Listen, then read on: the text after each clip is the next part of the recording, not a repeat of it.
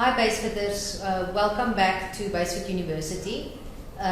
Today I would just like to speak to you about 10 sneaky things that might slow down your progress. Things you do or that you don't do, that you don't even think about, that might affect your progress. The first thing that I want to talk about, and that's one of my big problems, is cappuccinos. So one cappuccino has between 96 and 165 calories in it. Depends on whether you make it with full cream milk or skim milk or low fat milk. And if you have a mochaccino or something like that, your calories per drink can go up to 250 calories per drink. That's the same amount as a medium pizza. So you can think for yourself, and then if you add another 2 teaspoons of sugar, which is another 40 calories to each drink, you can think to yourself, if you drink 4 cappuccinos a day, that's about 600 calories. And a normal female, age 30 and up, needs about between 1,800 and 2,400 calories a day. It depends on your activity level. If you're very active, you can take up to 2,400. If you're not so active, 1,800.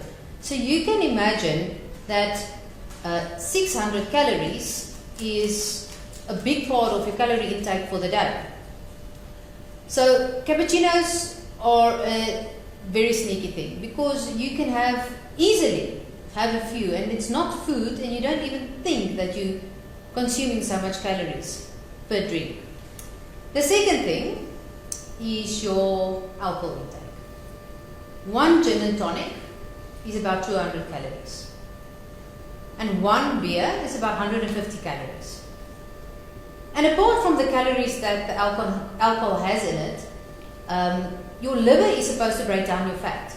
And if you drink alcohol, you keep your liver busy with the alcohol and the toxins that it needs to digest and work through. So if you keep your liver busy with the alcohol, it doesn't break down the fat. So for every drink, if you drink every day, you put yourself back a day. And so alcohol is a big thing. I always say to my people, if you want to drink once a week and drink enough. And drink a lot of water and flush your liver and carry on. But don't drink a drink every day. The third thing, energy drinks. That Red Bull, that Monster energy drinks. Every energy drink has about 160 calories in it.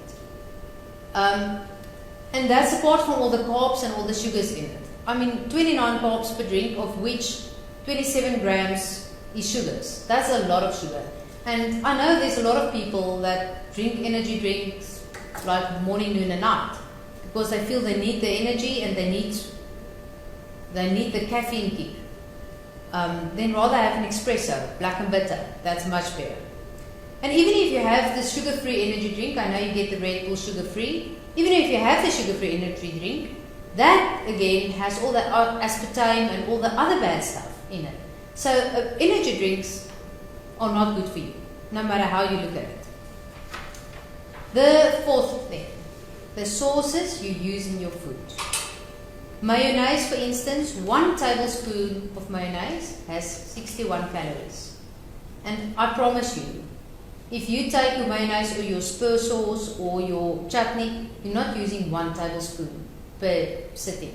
You squeeze and you see, that's enough. That can add up to 4 or 5 tablespoons. So that adds up. You don't even think about the calories in the sauce because it's not part of your food. It's only a sauce. So that also adds up. Number 5, and this one is a big problem for most people, is eating out of habit. You're not really hungry, you're bored, especially in lockdown. Every time you walk through the kitchen, you open the cupboard, you eat a cookie. You open the fridge, you eat a Vienna. You eat wherever the kids don't eat. It's habit. You're not really hungry, and most of the time when you feel hungry, you are actually thirsty. So every time you feel hungry, have a glass of water, and if you still feel hungry, then think to yourself, am I hungry enough to eat an apple? And if you're hungry enough to eat an apple, that's hunger. If you think, no, not really, let's want an apple, then you're not hungry. Then you're bored, or you don't have anything to do, or you just want some comfort food. So think about that, because a lot of, I know moms, especially if you make for school, you make they make food for the school, and then the kids come home, and you open their food and you see, they didn't eat all their bread, and you have a slice of bread. You didn't even think about that slice. You don't add that up to your calories, but it counts. Just because it's not part of your food, when you sit down, doesn't mean it doesn't count. Then number 6, those late nights just before I go to bed snacks. That 2 blocks of chocolate here, or that little biscuit with cheese there, or most of us have that little something that just that to end the day thingy at night.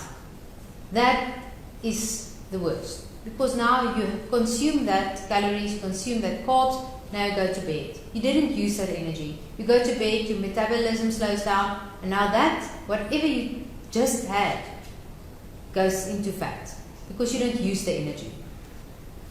Okay, then number 7, your portion size. Portion size is a big thing, because people doesn't really know how much they are supposed to eat, and they think, they don't know, the portions are too big. So what I always say is, you don't really need as much food as you think you do. My golden rule are, if you put some food in your plate, you put in as much as you think you will be able to eat, and then you take out a third of that to start off with. Later on, as your stomach gets smaller, you take out half of what you first put in your plate.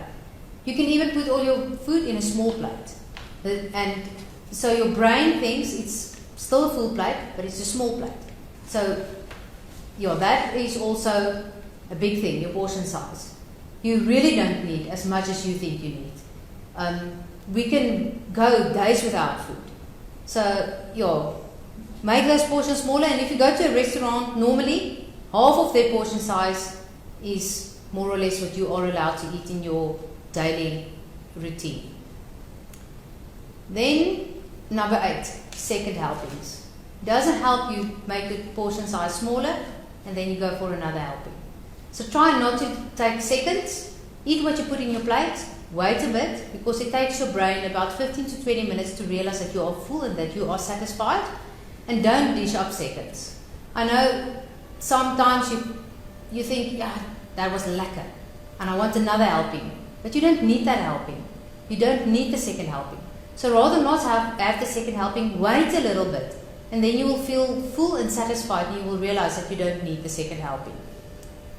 Number 9 is a thing that is a big concern for me in today's living, and I see most people do this, and most people don't even have a dining room anymore. And this is eating in front of the TV. When you eat in front of the TV, your brain doesn't even realize that you are eating. First of all, you don't even enjoy your food, because you are not concentrating on your food. You're just eating because that's what you do. Your brain doesn't realize you're eating, so you eat way more than you need to eat. And then the other thing, you are so conditioned to eat in front of the TV, dinner every night.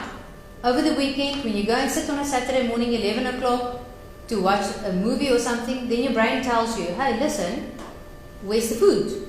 Because I always eat in front of the TV. It's then that when you get up, you go and have some chips, popcorn, or cookies or something, because your brain connects the TV to food. And that is a big thing. So your people, really, it's a bad habit to teach your kids. It's going to be hard for them to form good eating habits when they're older. And especially for you guys as well. Get a dining room table. If you don't have a dining room table, sit on the couch, but put off the TV. Have a conversation with your kids. Hear what their day was like and talk to each other. And enjoy your food. Because if you enjoy your food, it will taste so much better. Then the last thing, that is one of my favorite things, and I always enjoy speaking about this. It's protein bars, protein food, protein porridges and protein shakes. People, if it says protein on the label, it doesn't mean it's a protein shake or a protein bar or a very good protein replacement in your diet. 90% of the protein shakes, protein bars and protein porridges has more carbs in it than protein. That doesn't make it a protein shake or protein bar. That makes it a meal replacement. Just because it says protein doesn't mean it's protein. It has more protein than other stuff of that sort. If you take, for instance, Future Life high protein porridge, it has 30 grams of protein per 100 grams, but it still has 39 grams of carbs per 100 grams. So it's still not it's a higher protein, but it's not a protein porridge. And brand X of protein bars has per 100 grams 51 grams of carbs and 25 grams of protein. That doesn't make it a protein bar.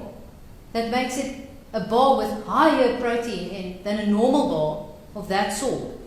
But it's definitely not a protein bar. So just be on the lookout and read your labels when it comes to protein shakes, protein bar, and protein porridges, because that one can be. A lot of my clients ask me if they can have something. Is this a protein snack or is this a protein bar? And when we read labels, we realize there's a lot of fat in it, there's a lot of carbs in it, and not so much protein. It has a little bit more protein than your normal chocolate bar or your normal snacker or your normal bar, but it doesn't mean it's good for you and it's a protein bar. So what I suggest is for 3 days only, just for 3 days, go and sit and take down everything you eat and everything you drink, every cup of coffee, every cookie, every bar, everything you eat and everything you drink. Because then, only then, you will know exactly what you take in. And then once you have established your little buggers that steals your progress from you, only then can you start working on them. If you don't know what's stealing your progress, and if you don't know what is holding you back, you can't work on it. So I know my little buggers are cappuccinos, my eating when I walk through the kitchen, and that late night snack. So now I have identified my little buggers, so now I can know. Instead of 4 cappuccinos, I will cut down to 2. Instead of my late night snack, I will cut that out. And then I will, every time when I walk through the kitchen, I will have a glass of water instead of something to eat. So identify your little sneaky buggers, and then only then you can try and cut that from your diet. I hope it helps. Thanks guys. Bye.